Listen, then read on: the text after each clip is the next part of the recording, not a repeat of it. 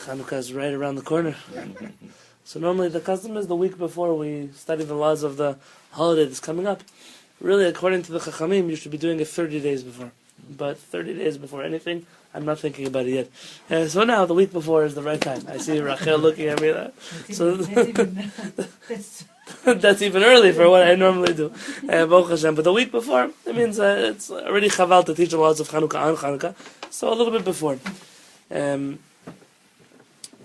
Chanukah is an interesting holiday. I mentioned on Shabbat the one aspect of anti-assimilation theme that goes on in this holiday. But there's something else about this holiday that's very interesting. That is, this is a holiday that is purely rabbinic. It's a holiday of Chazal, of the Chachamim. It's not mentioned in the Torah. It's barely mentioned even in the Gemara. A little bit about candles. What kind of candles to use? Really, the Gemara doesn't mention much, Mishnah especially, about Chanukah. This holiday was invented, developed, put into action purely by the Chachamim. This holiday comes to teach you a few things. One is that Chachamim do have the ability, our rabbis do have the ability, to institute Jewish holidays. The formula that was used for Chanukah and what other holiday? Purim, very good. Are the formula of how to establish rabbinic holidays. Later on, fast forward to 1948, when the chief rabbinate of Israel was trying to decide if they're able to establish a new holiday for the Independence Day of Israel. This was the formula they looked at. Are the criteria that were met in the story of Chanukah, in the story of Purim, were they met here? And this whole concept of rabbis being able to institute a holiday is a very deep one, and essentially it sets us aside from what many people might think Judaism is. We're not just people of the Torah. We're not. We're people of the Chachamim. We are rabbinic Jews. Nasir comes from the two holidays. You remind Purim and There's a midrash like that, right? We are people of the Chachamim. What we would be if we did not have a Mishnah, if we did not have a Gemara, we would be a different religion. You wouldn't be able to recognize us. When I find Jews, we don't believe in the rabbis. So why do you celebrate Chanukah? The whole holiday of Chanukah was invented by the very people who all day long, those rabbis this, those rabbis that. They write articles about the rabbis this. The whole holiday, Purim. You celebrate Purim. Rosh Hashanah, how in the world do you even know what day Rosh Hashanah is on? It's not even mentioned, barely in the Torah, Rosh Hashanah. Tik'u b'chodesh shofar b'kesed yom chagin. You should blow a shofar. It doesn't say much more than that. Let alone dipping apples in honey. That's already a whole... But Chanukah is supposed to instill inside of us not just the emunah in HaKadosh Baruch Hu and His miracles and Hashem and what He can do for the world and the Jewish people, but also a belief in Chachamei Yisrael, a belief in the scholars, the Torah scholars of the Jewish people. That they'll put a holiday into action and we will observe it. That we will follow its halachot. We make a blessing. It's a famous blessing. Asher kiddushanu b'mitzvotav v'tzivanu. We light Chanukah candles. We say, you sanctified us, Hashem, and your commandments. You can bring a chair to the table. Come. Okay. Everyone's scared of... okay. 3 can sit cozy. So, Asher kiddushanu b'mitzvotav v'tzivanu. Hashem, you sanctified us in your commandments. Lehadlik ner Chanukah. To light a candle of Chanukah. Hashem didn't command us to light a candle of Chanukah. On the Megillat Esther, Asher kiddushanu b'mitzvotav v'tzivanu. We commanded us to read the Megillah. Hashem didn't command us to read the Megillah. In that case, women can say Kiddushanu Mitzvotav for lulav. Oh, there is such an opinion like this, based on here. We're going to get to that today. No, I'm sharing. Also, Shabbat candles. A lady makes a blessing. Asher kiddushanu b'mitzvotav. You commanded to sanctify in your command. Hashem didn't command us to light Shabbat candles. In all the rabbinic mitzvot, we're making brachot. On what basis? The Gemara already asked this question. And the Gemara says the Torah tells you that when you're not sure what to do, when you go up to Yerushalayim and you see the Chachamim, and they tell you to do this or they tell you to do that, you must follow them. Kol asher yerucha, everything that they tell you. Lo tasur min hadavar asher yerucha yeminu shemol. You can't deviate from what they tell us, right or left.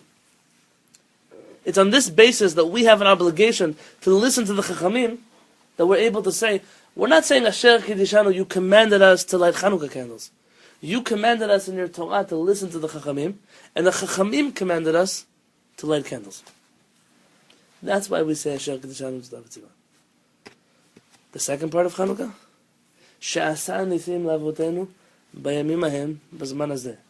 He who believes that miracles only happened in past tense does not truly understand Chanukah. Miracles continue to happen all the time. HaKadosh Baruch Hu will do miracles for us again tomorrow, in the future. Chanukah is not about celebrating what was, but something that is and could be again.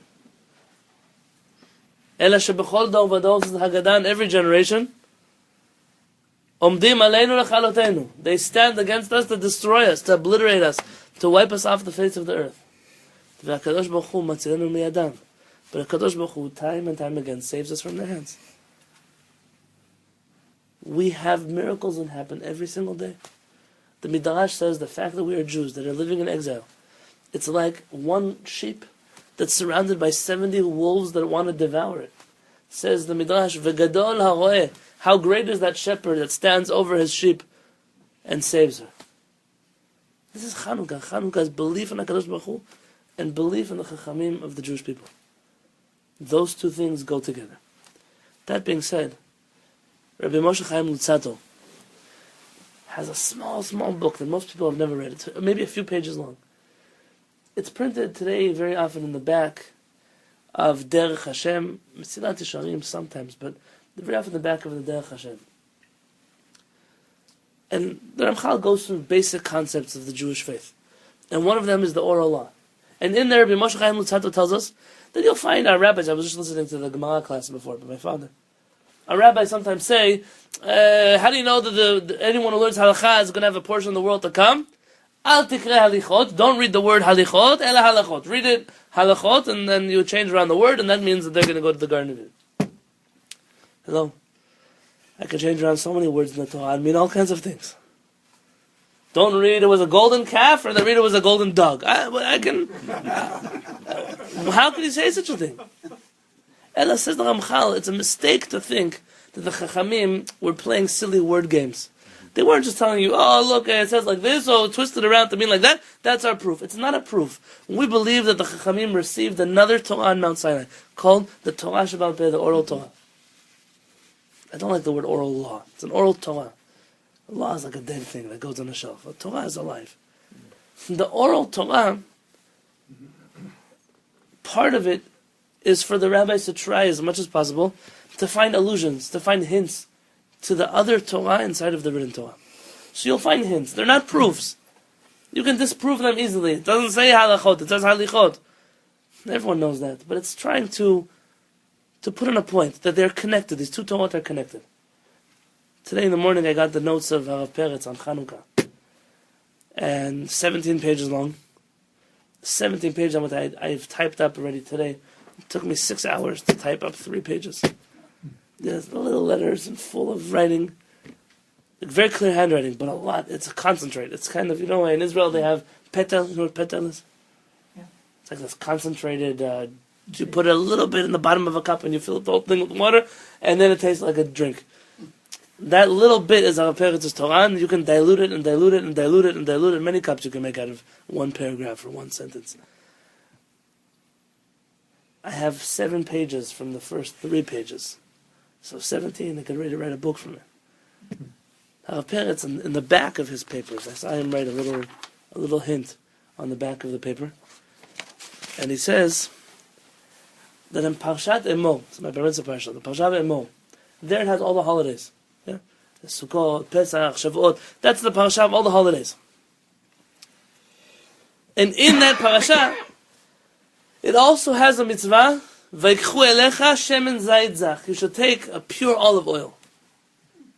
Says Rav Peretz, it's an allusion. It's not it's an allusion to the fact that in the holidays of the Jewish calendar, there will come a day where we're also taking olive oil as part of a Jewish holiday.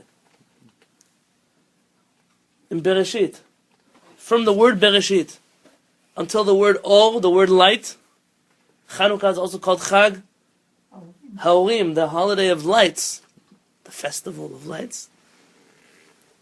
From the word Bereshit until the word Or is 25 words. Chanukah begins on the 25th of the month of Kislev. So the first time we find Or, light, in the Torah is in the 25th word.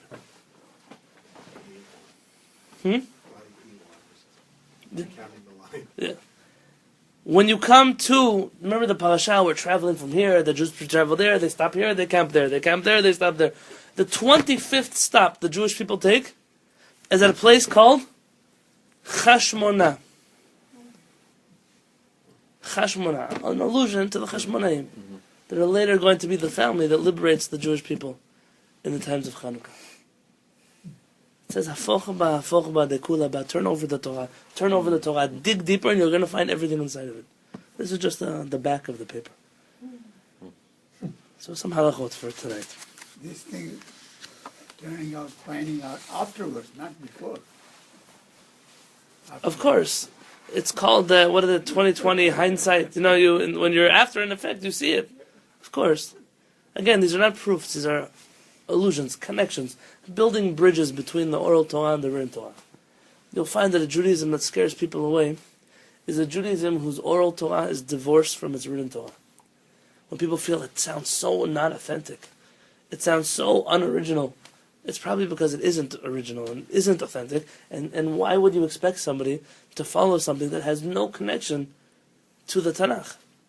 Somebody once asked, the rabbi was there, why they don't study Tanakh, all the prophets in the yeshivot. Can you imagine what it would do to the system? If you start telling them the stories that are not Tanakh, it doesn't match up to the way a 21st century Orthodox Jew is supposed to live his life. They wore robes. There's that. Sandals? You can't wear sandals to shul. They have to be leather shoes that are closed with shoelaces. I don't know what today every craziness they come up with. He had how many wives? He did what? All kinds of things in the Tanakh. We've divorced our life from the Torah Shebichtav, from the oral Torah, from the written Torah. So of course people get scared. Let's look into these halachot. Maran Rabbi Yosef Karo writes in the laws of Chanukah, the first siman, Taf Reish Ayin.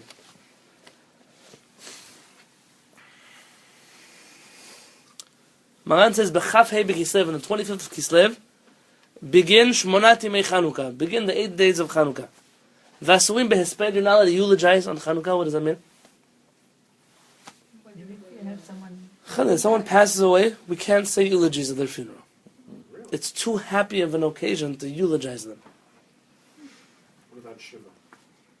We're going to see soon the halachot of not so much mourning, but even visiting graves. Are you allowed to visit a grave? A yortzeit falls out on Chanukah. The same person, every year it's going to fall on Chanukah again.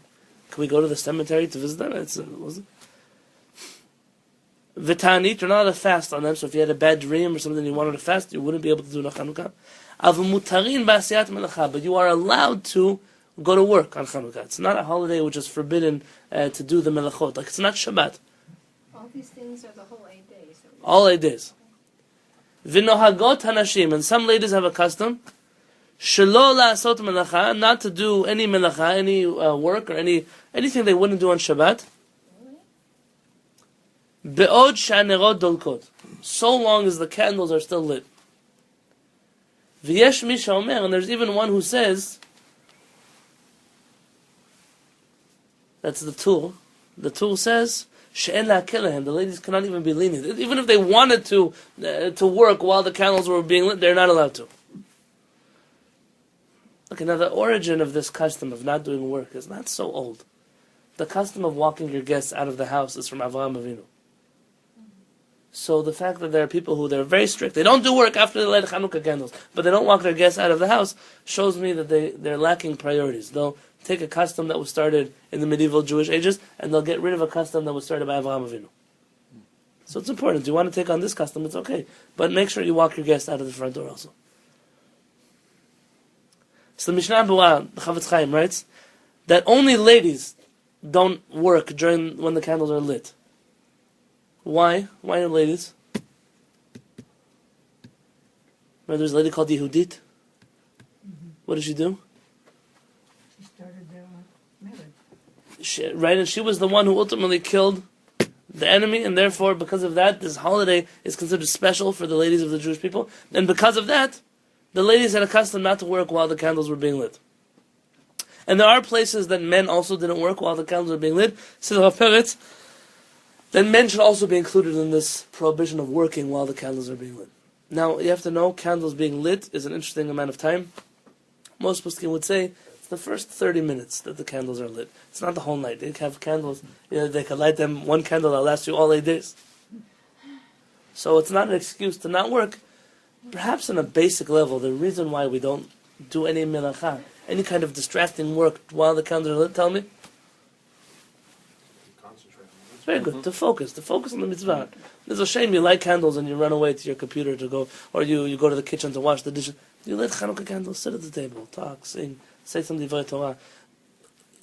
Give yourself that time. It's hard enough to the holidays in the middle of a working week, and then you're coming back home from work and you're tired, and the kids haven't eaten their school in some places the next day. Take a little bit of time to focus on Chanukah. The real reason, by the way, why we don't do work, we know there's one thing you're not allowed to do with the Chanukah candles. Use them for... You can't use them to read you can't use these candles. They're meant only for a mitzvah. They're what you call muktzeh. Muktzim. They're set aside for the mitzvah only.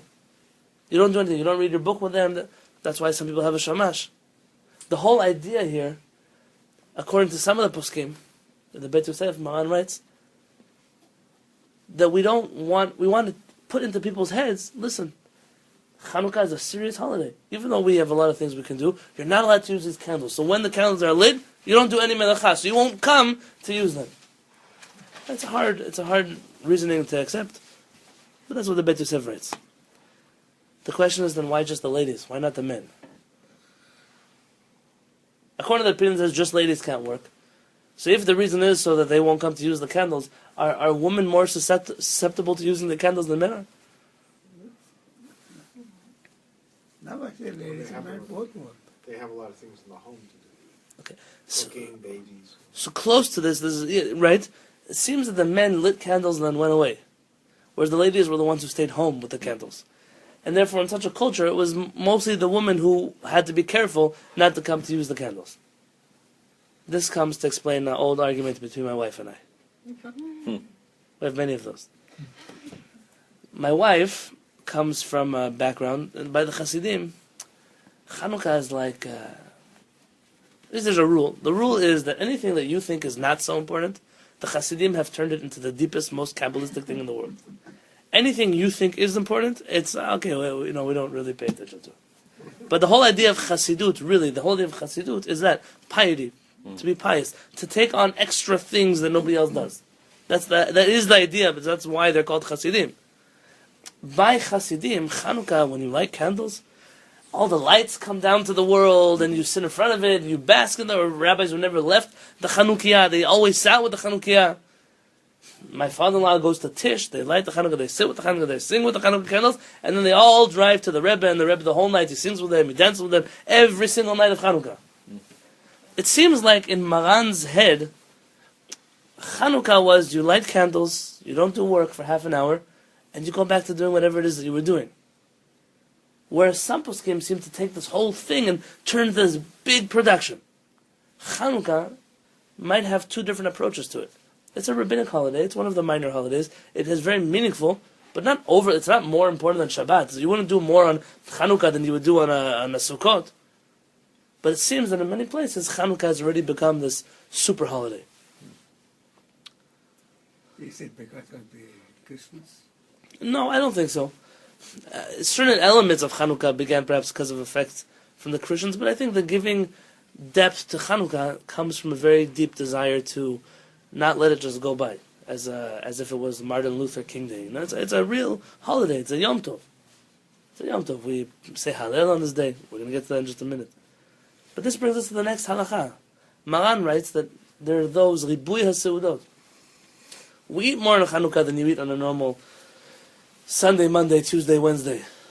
You eat more on Chanukah than you would on a weekday. Are those meals called a mitzvah meal? Is it a Seudat mitzvah? Must you have extra food on Chanukah? No, you don't find 3 meals or 2 meals. You don't do Kiddush on Chanukah. You don't have to eat more on Chanukah. So then why do people do it? Life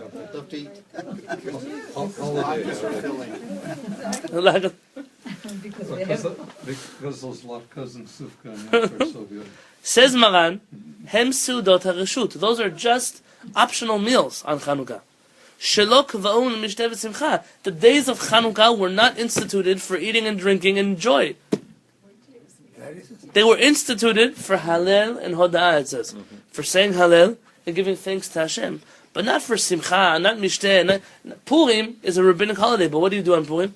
You must have a Seudah, a meal. Chanukah, do you have to? No. So the fact that people do it says Maran, it's their choice. But there's no mitzvah, no obligation to have a meal on Chanukah. The Rama comes in and he says, no, there is a little bit of a mitzvah in increasing meals on Chanukah. And that even people sing by the meals. And then it's considered a Sudan mitzvah because you're saying words of Torah and you're singing to Hashem. Some say that you should have dairy on Chanukah because the miracle was done. Remember, she got him drunk with milk. The miracle was done with milk. Okay, so that's a minhag also, to have dairy on Chanukah. So let's ask you a real Litvish question.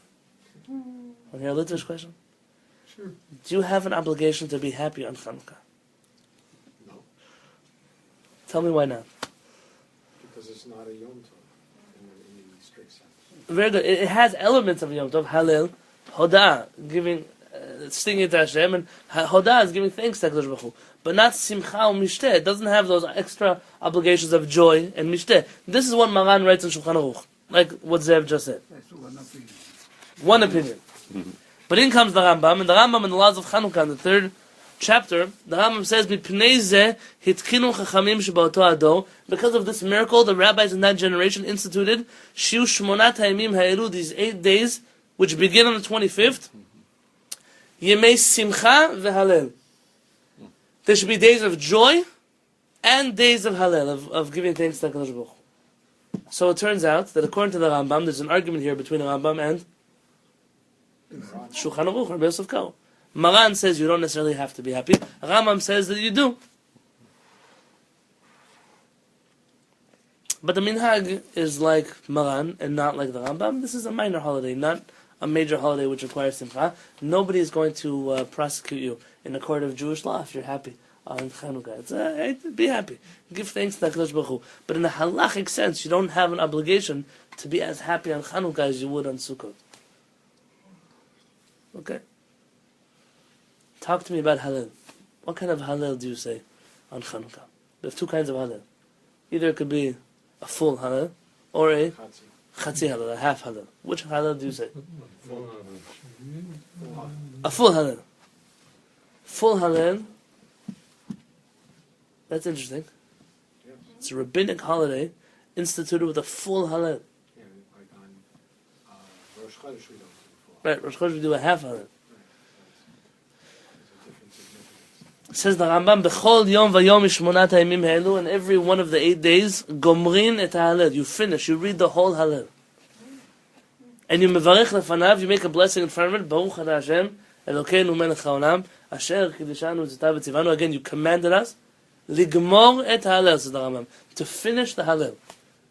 Those of you know that Ashkenazim don't make that blessing, ligmor et ha'halel, rather they say, likro et ha'halel, even on a full Halel. We Sfaradim, we say ligmor et ha'halel on a full Halel, and some Sfaradim have a custom, not all, some have a custom on a half Halel, to say likro et ha'halel. Because it's only half, so you're reading it, you're not finishing it.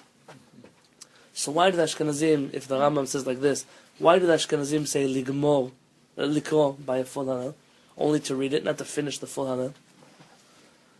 They do that every time on the Chatzah. They do it on the Chatzi, but here it's a full Halel. Why by the full Halel do they not say the proper blessing of to finish the Halel? For Hanukkah or every time they...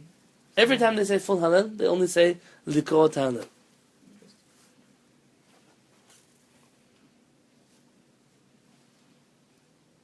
There's a rabbi called the Halachot Maimoniot. He's a commentaries on the Rambam. He brings down in the name of the Maharam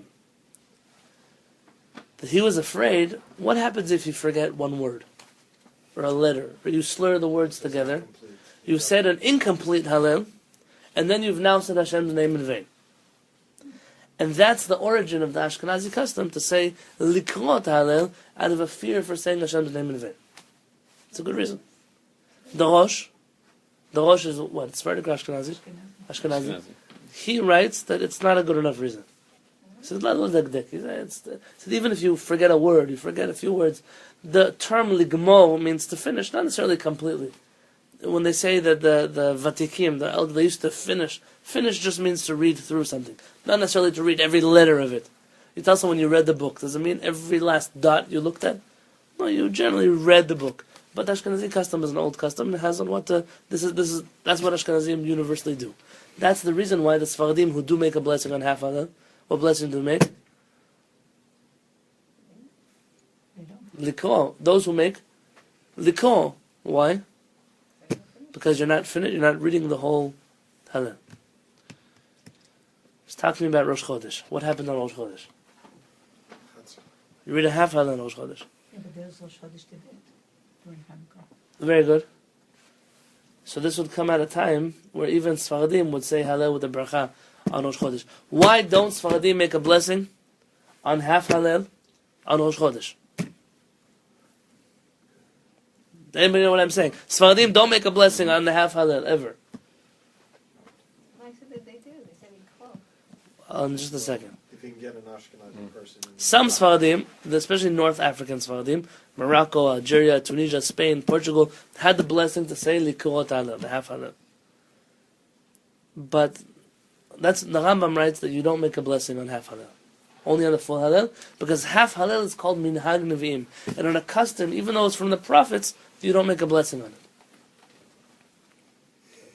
So Rambam says you're not allowed to make a blessing on half Halal. Most Sfaradim follow the Rambam. Shulchan Aruch, what does he say?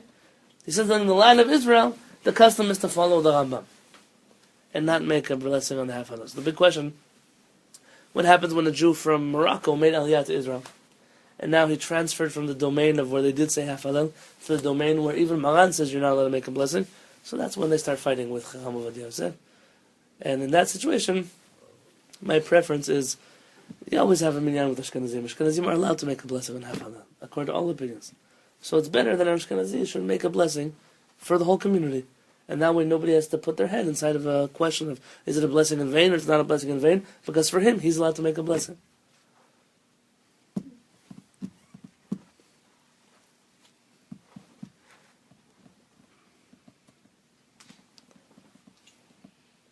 So we don't go to the cemetery in Chanukah. So if there's a yortzeit in Chanukah, you don't go to the cemetery, you wait either to afterwards or you go before. What happens if you booked your trip to Israel because you got some good deal? You're flying in Israel and now you want to go to Tveria. You have 8 days, all you have. You want to go see Rabbi Meir Balanes or the Rambam's grave or Rabbi Shimon Bar Yochai in Meron. Are you allowed to go to their graves? Because it's not like visiting. Yeah. It's like, Tell me how it's different. So. It seems to not, a grave of a tzaddik doesn't seem to be as deeply associated with mourning and death as much as legacy and a good memory. It seems to be a more spiritual experience, and therefore, the Ben Ish Chai writes that you are allowed to go to the Kivrei Tzaddikim during Chanukah. So if you happen to be in that situation, you would be allowed to go. The Ashkenazim are not strict in this regard. They also, there's your side, they're allowed to go to the cemetery as well. It seems to be Sfaradim who are more strict about it. But even Ashkenazim who are lenient shouldn't say an El Malei Rachamim or a Hashkava during Chanukah. We don't do Yizkor, none of those prayers do we do during Chanukah. How many of you have kids under the age of Bar Mitzvah? Okay, 2 of you. Grandkids, okay, Baruch Hashem. Let's say you say, listen, I want you to light my Chanukiah for me. Is your child or grandchild under the age of Bar Mitzvah, is he allowed to light a Chanukiah for you?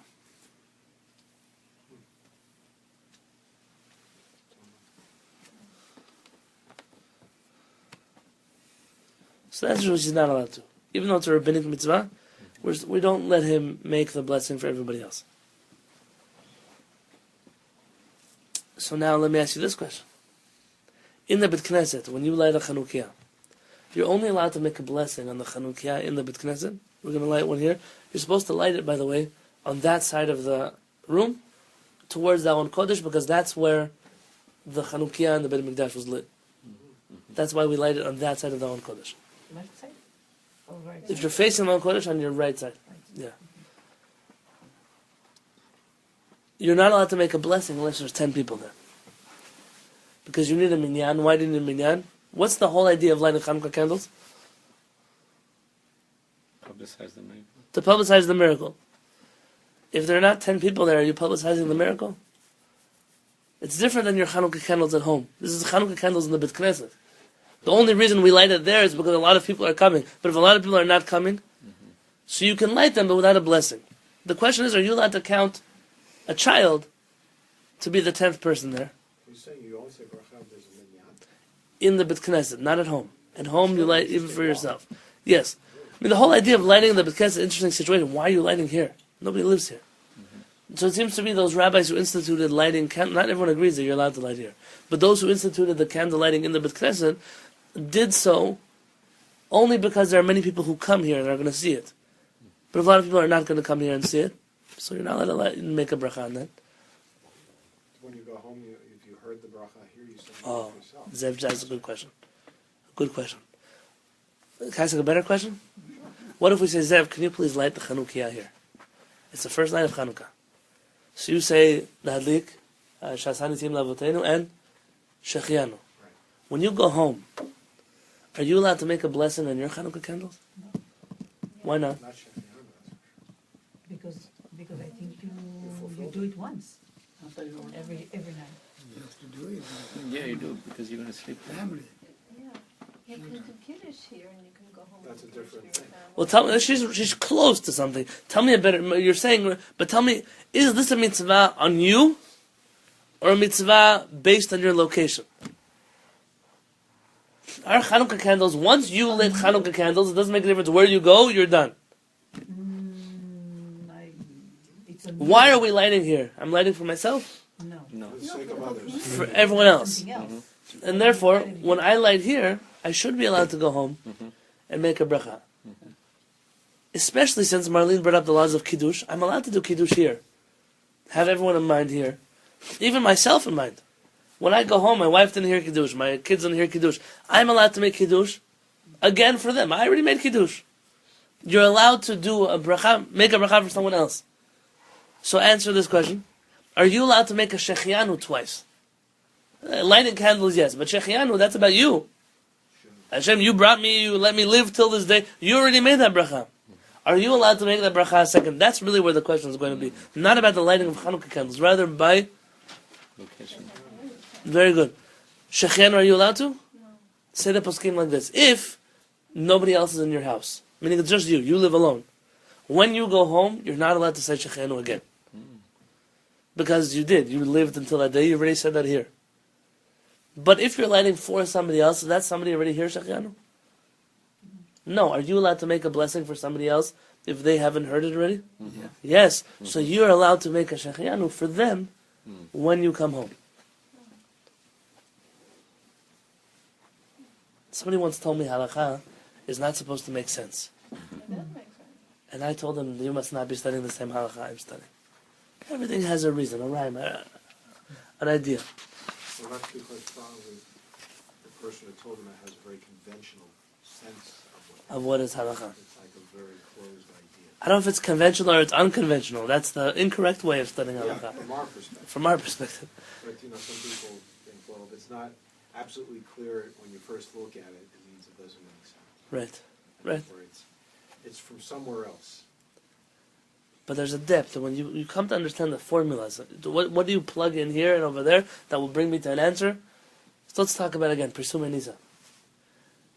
I'm having a Chanukah party at my house. Am I allowed to light? Not at my house. It's not a good example. Let's say I'm going to make a Chanukah party at the park. Am I allowed to make a blessing on Chanukah candles in the park? It's not a Beit Knesset. Chabad does it every year. Right. You're advertising the miracle you're doing for people. Okay, so the poskim wish that you would pray Arvit there. At least they might have like a quasi halacha of a synagogue because you prayed there. So it would be a good idea to do Arvit. You are allowed to light. Raphael says probably with the blessing, probably. Yeah, a lot of people there. Though there are rabbis who disagree. There are rabbis who disagree. Chabad has a different problem with their Chanukiot, and it's not a problem of making a blessing in a place where nobody lives. Using the proper light. Right, most Chabad rabbis that I've seen, they use real flame. It's just when they go away for the night or they put in light bulbs. They have these double menorah. Oh, The question here is not that. There's a halakha that says you have to light your Chanukah above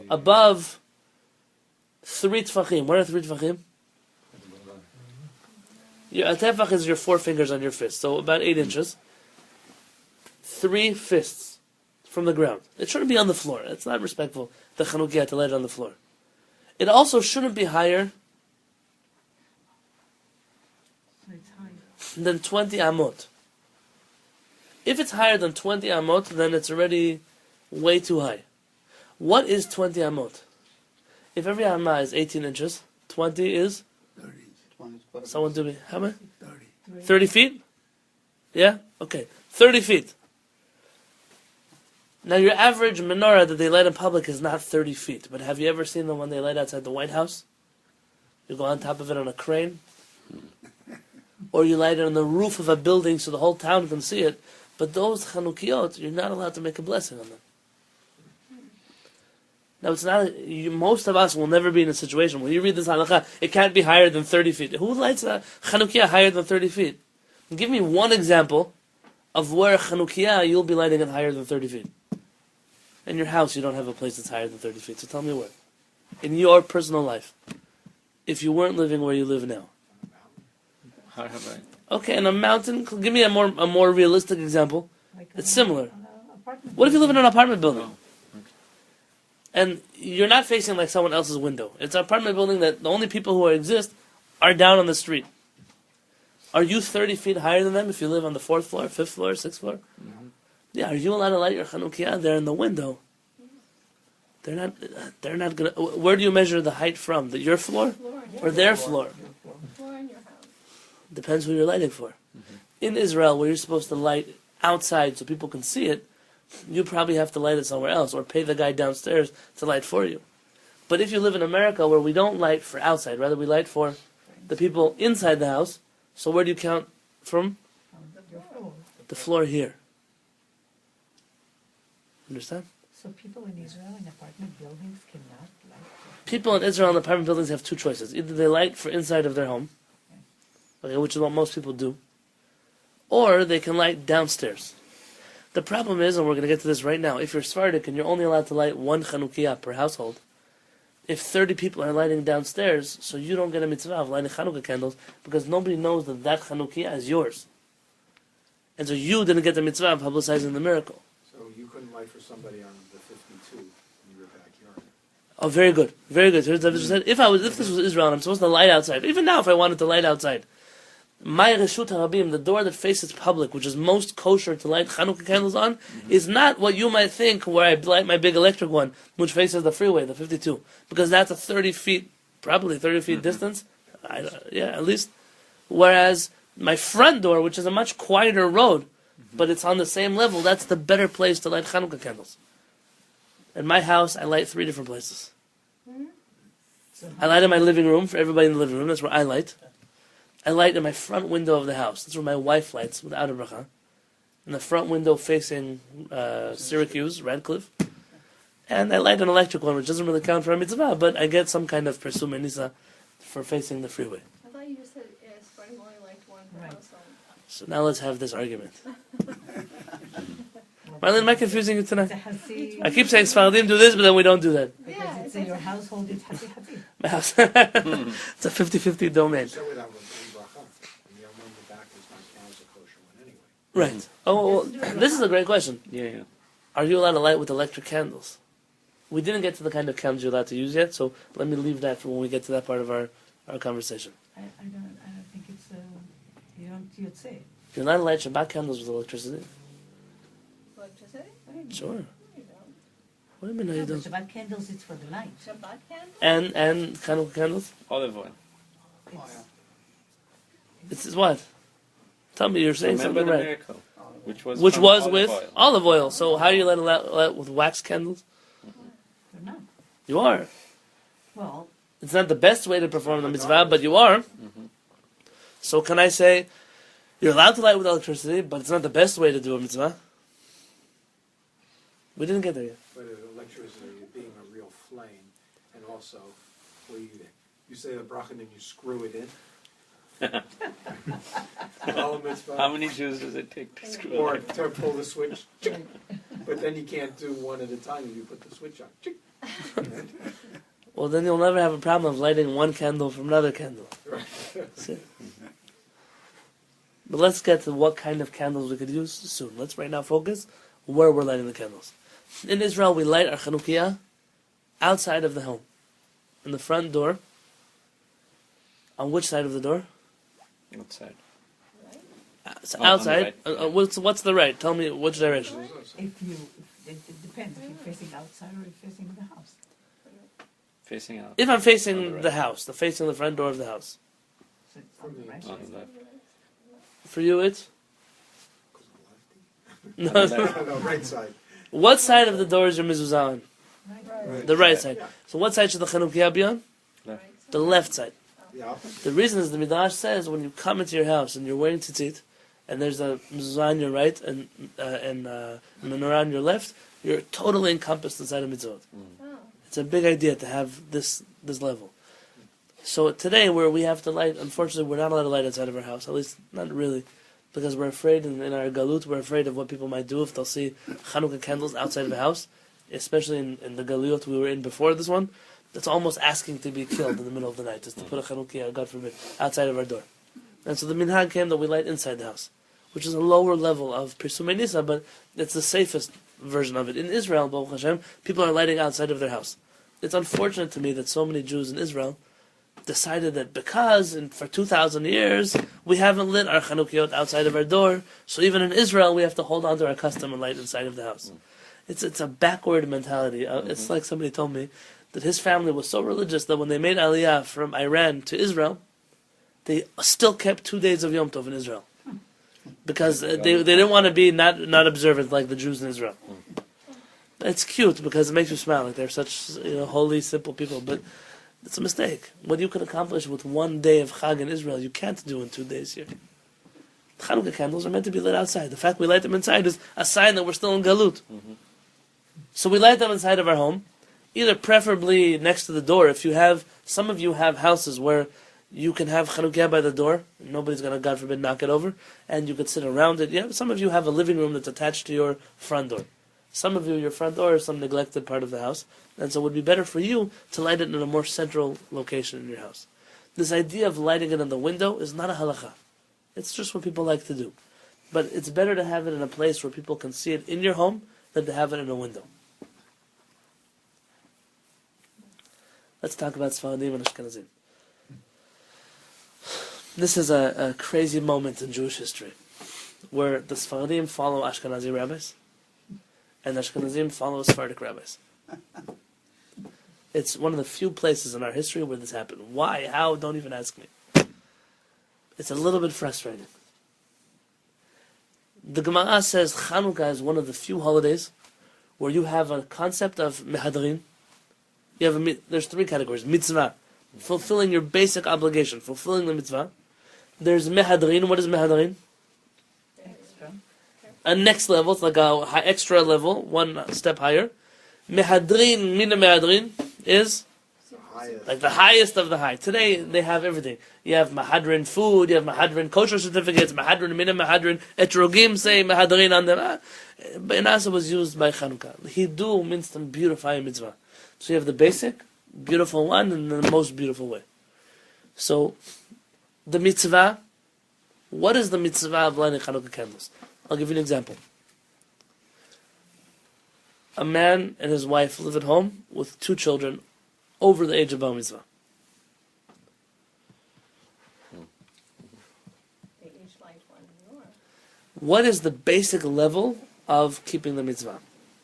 One candle. One, Lights that- One Hanukkah. you're saying 2 different things. Either one Chanukiah Or one candle. or 1 candle per person. No, we could have one candle for the family. I understand. According to, let me try to get my opinions in order.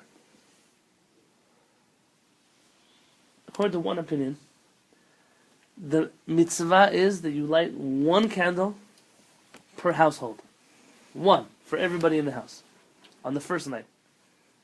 And on the second night you light 1 candle on the second night. And on the third night, you light one candle. Why do you keep lighting one candle? It's very inexpensive. Yes, but why? What are you representing? The mitzvah of Chanukah happened with a candle. And when I say candle, I mean an oil candle. I'm not referring to your Manischewitz candles. Okay? A candle. On the other side of the spectrum, some say the basic level is every person in the house lights one candle on the first night.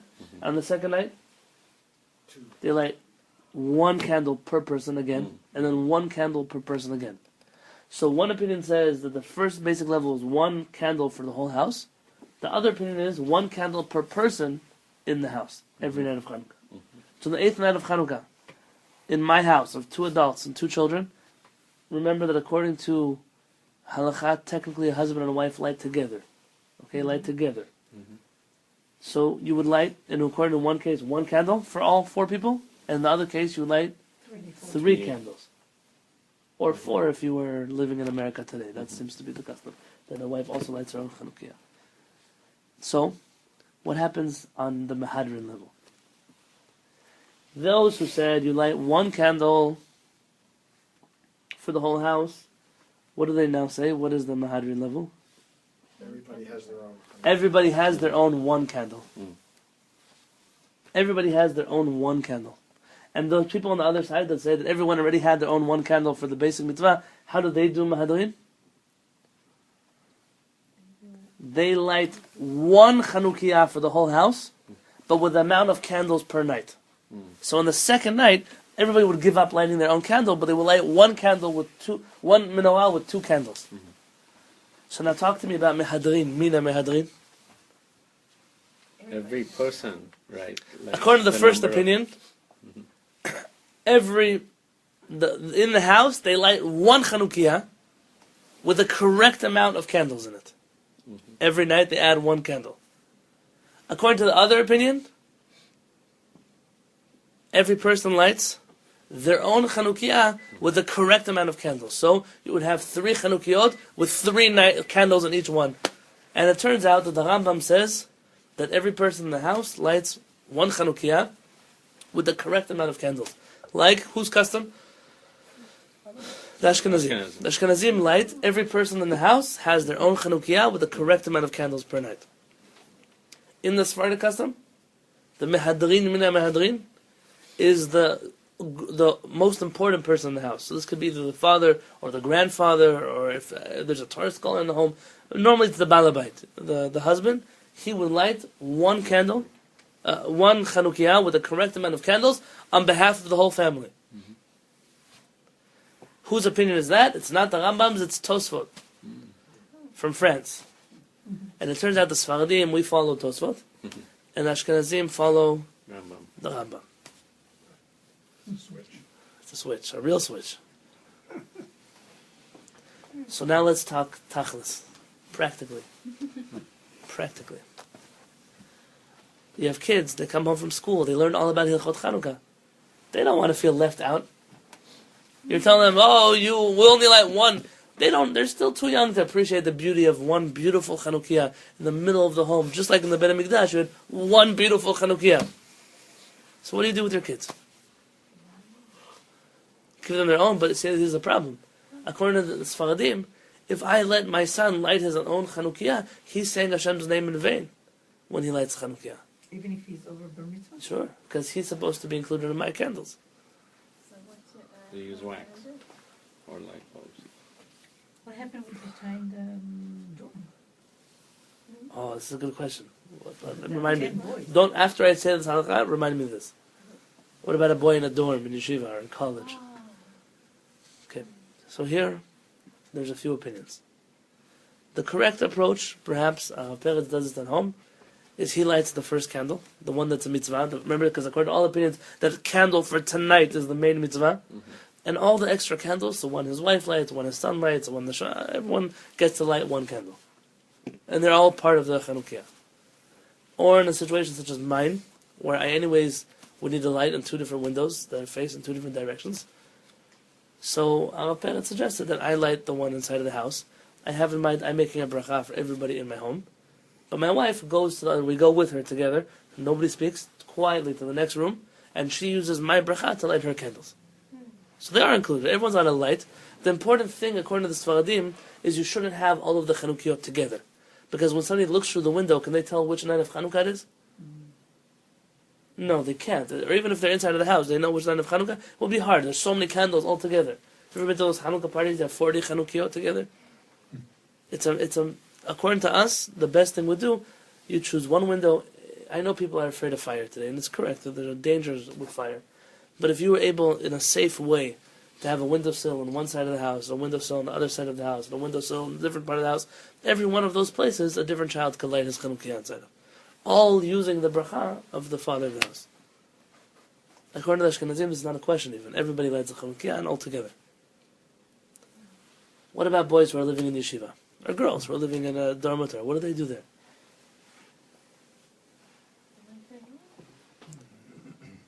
Do they light their own?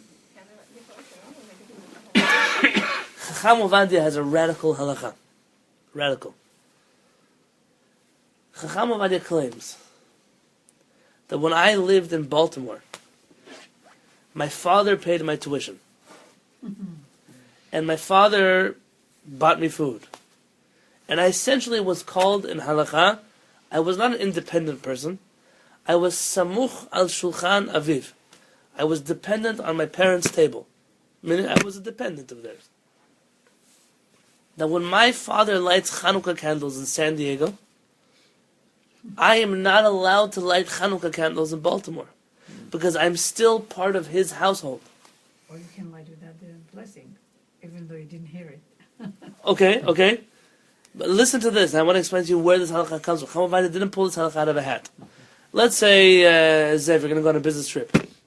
And wherever you are, you can't light Chanukah candles. You're going to be in an airplane, you're in a hotel room, whatever it is. Say, Edith, can you light Chanukah candles for me at home?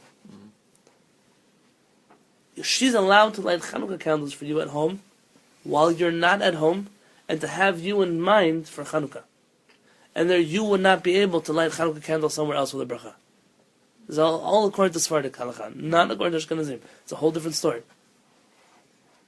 So, Chacham Ovadia wanted to say that it's the same thing about a child and his parents. Or even more than that. For my first Chanukah married, I didn't light Chanukah candles. I went to Israel and I was by my father-in-law. I couldn't light Chanukah candles in my own room. And so I had to pay him a few pennies to be part of his oil. I bought a portion of his Chanukah candles, and he lit for me every night. Even though everybody in the house there lights. But me, I can't. Because I was on his table. I was part of his household. For those days that I was there. You couldn't, but according to Ashkenazim, you could have your own Hanukkah. Right, but so it's good for them. So yes, I am Sephardic, so I would have a problem. So Harav Shalom Asasa just saw this on Shabbat, and Harav Peretz already, I know this for many years, he doesn't agree with Chacham Ovadia Yosef. This is a crazy thing. Your son is in yeshiva halfway across the world. You're still considering him samuch al shulchan aviv. Here you're talking about a husband in a situation where he can't light candles, practically he can't light candles. But here he can light candles. So what does he do? He should light candles with a bracha in yeshiva. And when I came to Israel, that's what I did. And Baltimore was dangerous. Because it's Sfaradim, you're lighting candles? Who do you think you are? No, okay. So in Israel, I started lighting Chanukah candles again. But, we're not done. What if I go to my parents' house for Shabbat? No, it's a practical situation. What if I say, I don't want to walk so far, I want to come sleep by you for Shabbat? Do I light Chanukah candles or not?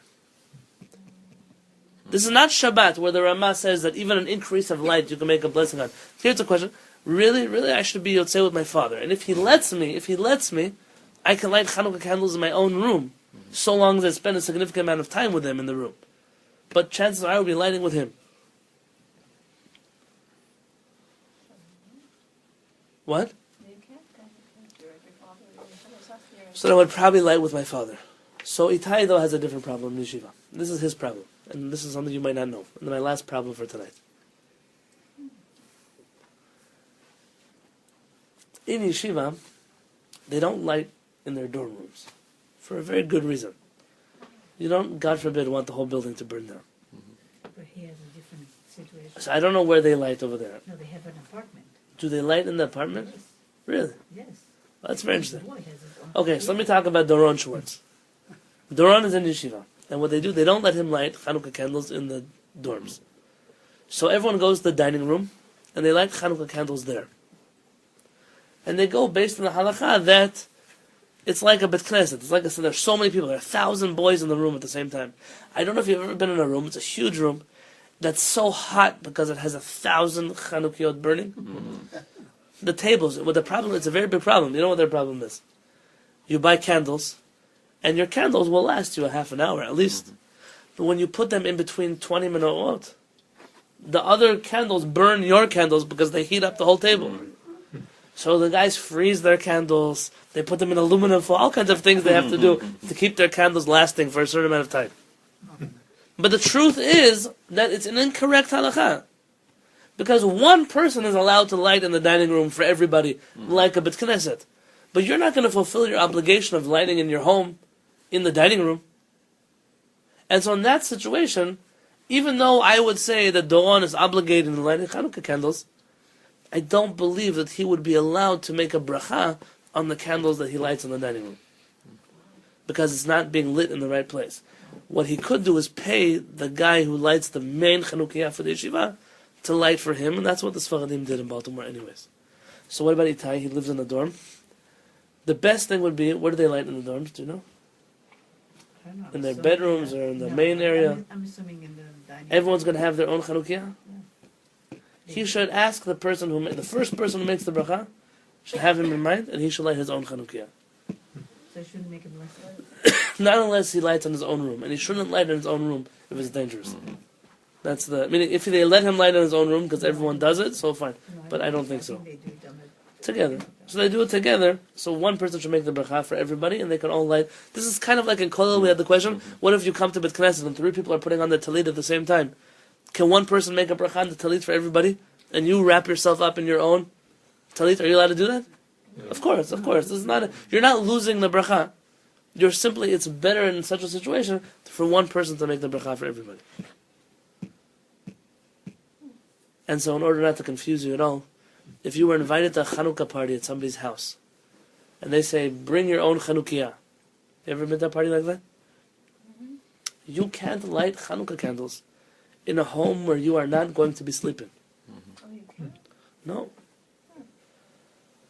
You're allowed to light Chanukah candles when you come home. So you're only allowed to light Chanukah candles within a certain window. After sunset, we're going to talk about it tomorrow. When? Really until the last footsteps are in the street. In the world that we live in today, people are still taking footsteps until dawn. The world, even in University City, the world doesn't go to sleep. There's always cars, always somebody. Tomorrow's schedule, when do you light Chanukah candles? When? What time of day? Ashkenazim do one area, Sfaradim do a different area. Both opinions are correct. They're just different details. What do you do on Erev Shabbat, Friday? Do you light before candlelighting, after Havdalah, before, after? What happens if you come home late at night? It's 11 o'clock after a kollel, it's after a Chanukah party. Your wife is sleeping. You didn't light Chanukah candles yet because you couldn't light them where you were.